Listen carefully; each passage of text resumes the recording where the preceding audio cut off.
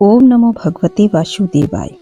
दोस्तों, पिछले अध्याय में हमने जाना कि किस तरह ब्रह्मा जी अपने पुत्रों को सृष्टि की रचना करने के लिए उसमें जीव जगत की उत्पत्ति की बात कहते हैं कि पुत्रों, तुम इस सृष्टि में जीव का संचार करो, जीव प्रजाति उत्पन्न करो और फिर इस सृष्टि का निर्माण करो।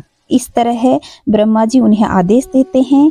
फिर ब्रह्मा जी के पुत्र करदम जी और देवहूति माता विहार करके कपिल देव भगवान को जन्म देते हैं। अब कपिल देव भगवान अपनी माता से अष्टांग योग पद्धति, भक्ति मार्ग, मोक्ष मार्ग आदि का ज्ञान प्राप्त करते हैं। तो आइए दोस्तों, आज के अध्याय में हम जानेंगे कि कपिल देव जी अपनी माता से पुरुषों की अधोगति का वर्णन पूछते हैं कि किस तरह पुरुष इस देह गेह में आता है और कौन कौन सी गति ग्रहण करता है। इसका वर्णन किया गया है। दोस्तों, आप चैनल पे पहली बार आए हैं तो चैनल को सब्सक्राइब जरूर कर लीजिएगा, पास के बेल आइकन को दबाइएगा ताकि आने वाले ऐसे सनातन के ज्ञान की वीडियो आप तक पहुंच सके। कमेंट में जय श्री नारायण अवश्य लिखिएगा। आइए दोस्तों, जानते हैं सनातन ज्ञान के इस पावन महात्म्य को। कपिल देव जी कहते हैं, माता, जिस प्रकार वायु के द्वारा उड़ाया जाने वाला मेघ समूह है उसके बल को नहीं जानता, उसी प्रकार यह जीव भी बलवान काल की प्रेरणा से भिन्न भिन्न अवस्थाओं तथा योनियों में भ्रमण करता है, किंतु उसके प्रबल पराक्रम को नहीं जानता। जीव सुख की अभिलाषा से जिस जिस वस्तु को बड़े कष्ट से प्राप्त करता है उसी उसी को भगवान काल विनिष्ट कर देता है, जिसके लिए उसे बड़ा शोक होता है। इसका कारण यह है कि वह मंदमती जीव अपने इस नाशवान शरीर तथा उसके संबंधियों के घर, खेत और धन आदि को मोहवश नित्य मान लेता है। इस संसार में यह जीव जिस जिस योनि में जन्म लेता है उसी उसी में आनंद मनाने लगता है और उससे विरक्त नहीं होता। यह भगवान की माया से ऐसा मोहित हो रहा है कि कर्मवश नार की योनियों में जन्म लेने पर भी वहां से विष्टा आदि भोग में ही सुख मनाने के कारण उसे भी नहीं छोड़ना चाहता। यह मूर्ख अपने शरीर, स्त्री, पुत्र, गृह, पशु, धन और बंधु बांधवों के अत्यंत आसक्त होकर उसके संबंधों में नाना प्रकार के मनोरथ करता हुआ अपने को बड़ा भाग्यशाली समझता है।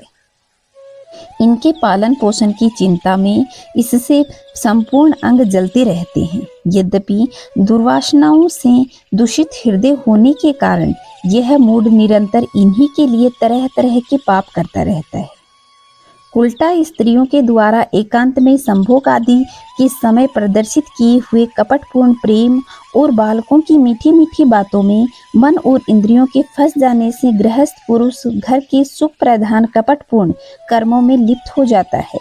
उस समय बहुत सावधानी करने पर यदि उसे किसी प्रकार का दुख प्रतिकार करने में सफलता मिल जाती है तो उसे बहुत ही सुख मान लेता है। बार बार प्रयत्न करने पर जब इसकी जीविका नहीं चलती तो यह लोभवश अधीर हो जाने पर दूसरों के धन की इच्छा करने लग जाता है। जब मंद भाग्य के कारण इसका कोई प्रयत्न नहीं चलता और यह मंद बुद्धि धनहीन होकर कुटुंब के भरण पोषण में असमर्थ हो जाता है, तब अत्यंत दीन और चिंतातुर होकर लंबी लंबी सांस छोड़ने लगता है। इसे अपने पालन पोषण में असमर्थ देखकर वे स्त्री पुत्र आदि इसका पहले तो सम्मान आदर नहीं करते हैं, जैसे कृपण किसान बूढ़े बैल की उपेक्षा कर देता है, फिर भी इसे वैराग्य नहीं होता। जिन्हें उसने स्वयं पाला था वे ही अब इसका पालन करते हैं।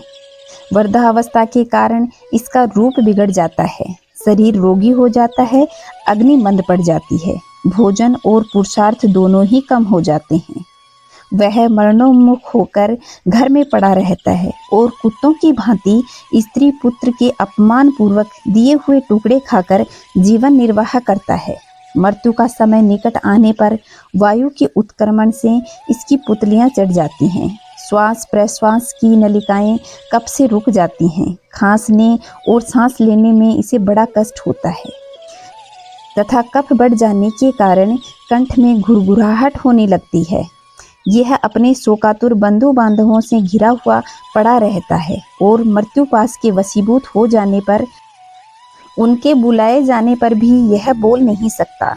इस प्रकार जो मूढ़ पुरुष इंद्रियादि को न जीत कर निरंतर कुटुंब पोषण में लगा रहता है, वह रोते हुए स्वजनों के बीच अत्यंत वेदना से अचेत होकर मृत्यु को प्राप्त होता है। इस अवसर पर उसे लेने के लिए अति भयंकर और रोष युक्त नेत्रों वाले 2 यमदूत आते हैं। उन्हें देखकर वह भय के कारण मलमूत्र कर देता है। वे यमदूत उसे यातनाएं देह में डाल देते हैं और फिर उसे यम की लंबी यात्रा पर ले जाते हैं। उसके गले में रस्सी बांधते हैं और बलपूर्वक घसीटते हुए ले जाते हैं। उनकी घुड़कियों से उसका हृदय फटने लगता है, शरीर कांपने लगता है। मार्ग में उसे कुत्ते नोचते हैं।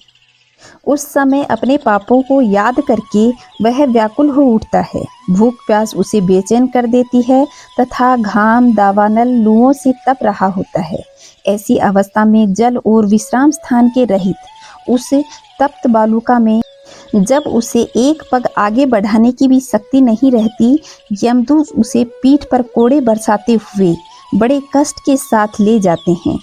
वह जहाँ तहाँ थक कर गिर जाता है और मूर्छा आ जाती है। चेतना आने पर फिर उठता है। इसी प्रकार अति दुखमय अंधेरे मार्ग में अत्यंत क्रूर यमदूत उसे शीघ्रता से यमपुरी ले जाते हैं। यमलोक का मार्ग 99,000 योजन है। इतने लंबे मार्ग को 2-3 मुहूर्त में तय करके नरक में तरह तरह की यातनाएं भोगता है। वहां उसके शरीर को धधकती हुई लकड़ियां आदि के बीच डालकर जलाया जाता है। कहीं स्वयं कहीं दूसरों के द्वारा काट काट कर अपना ही मांस खिलाया जाता है। यमपुरी में कुत्तों अथवा गिद्धों द्वारा जीते जी उनकी आंतों को खींची जाती हैं। सांप, बिच्छू और डांस आदि डसने वाले तथा डंक मारने वाले जीवों से शरीर को पीड़ा पहुंचाई जाती है। शरीर को काट कर टुकड़े टुकड़े कर दिए जाते हैं। उसे हाथियों से चिरवाया जाता है, पर्वत शिखरों से गिराया जाता है अथवा जल या गड्ढे में डालकर बंद कर दिया जाता है। यह सब यातनाएं तथा इसी प्रकार तमिश्र, अंधकातमिश्रम, गौरव आदि नरकों से अनेक यातनाएं स्त्री हो या पुरुष, उस जीव को पारस्परिक संसर्ग से होने वाले पाप के कारण भोगनी ही पड़ती हैं। माताजी, कुछ लोगों का कहना है कि स्वर्ग और नरक को इसी लोक में भोगना पड़ता है, क्योंकि जो नरक की यातनाएं हैं वे यहाँ भी देखी जा सकती हैं। इसी प्रकार अनेक कष्ट भोगकर अपने कुटुंब का पालन करने वाला अथवा केवल अपना ही पेट भरने वाला पुरुष उन कुटुंब और शरीर दोनों को यहीं छोड़कर मरने के बाद किए हुए पापों का ऐसा फल भोगता है। अपने इस शरीर को यहीं छोड़कर प्राणियों के द्रोह करके एकत्र किए हुए पाप रूप पोथे को साथ ले जाकर अकेले ही नरक में भोगना पड़ता है। मनुष्य अपने कुटुंब का पेट पालने के लिए जो अन्याय करता है, उसका देह विहित कुफल उसे नरक में जाकर भोगना पड़ता है। उस समय वह ऐसा व्याकुल होता है मानो उसका सर्वस्व लुट गया हो। जो पुरुष नीरी पाप की कमाई से अपने परिवार को पालने में व्यस्त रहता है, वह अंधकात मिश्रण नरक में जाता है, जो नरक में चरम सीमा का कष्टप्रद स्थान होता है। मनुष्य जन्म मिलने से पूर्व जितनी भी यातनाएं हैं तथा सूकर, कुकर आदि योनियों में जितने भी कष्ट हैं, उन सब को क्रम से भोग कर शुद्ध हो जाने पर मनुष्य योनि में जन्म लेता है और फिर मनुष्य उसी पाप को प्राप्त करने लग जाता है। तो दोस्तों, यह था कि मनुष्य कौन कौन से कष्ट भोगते हुए मनुष्य योनि प्राप्त करता है। आगे के अध्याय में जानेंगे कि मनुष्य योनि मिलने के बाद में जीव की क्या गति होती है। तब तक खुश रहें, मस्त रहें, चारों तरफ स्वच्छता बनाए रखें। चैनल पे पहली बार आए हैं तो चैनल को सब्सक्राइब करके कमेंट में जय श्री नारायण अवश्य लिखिएगा। जय श्री नारायण दोस्तों।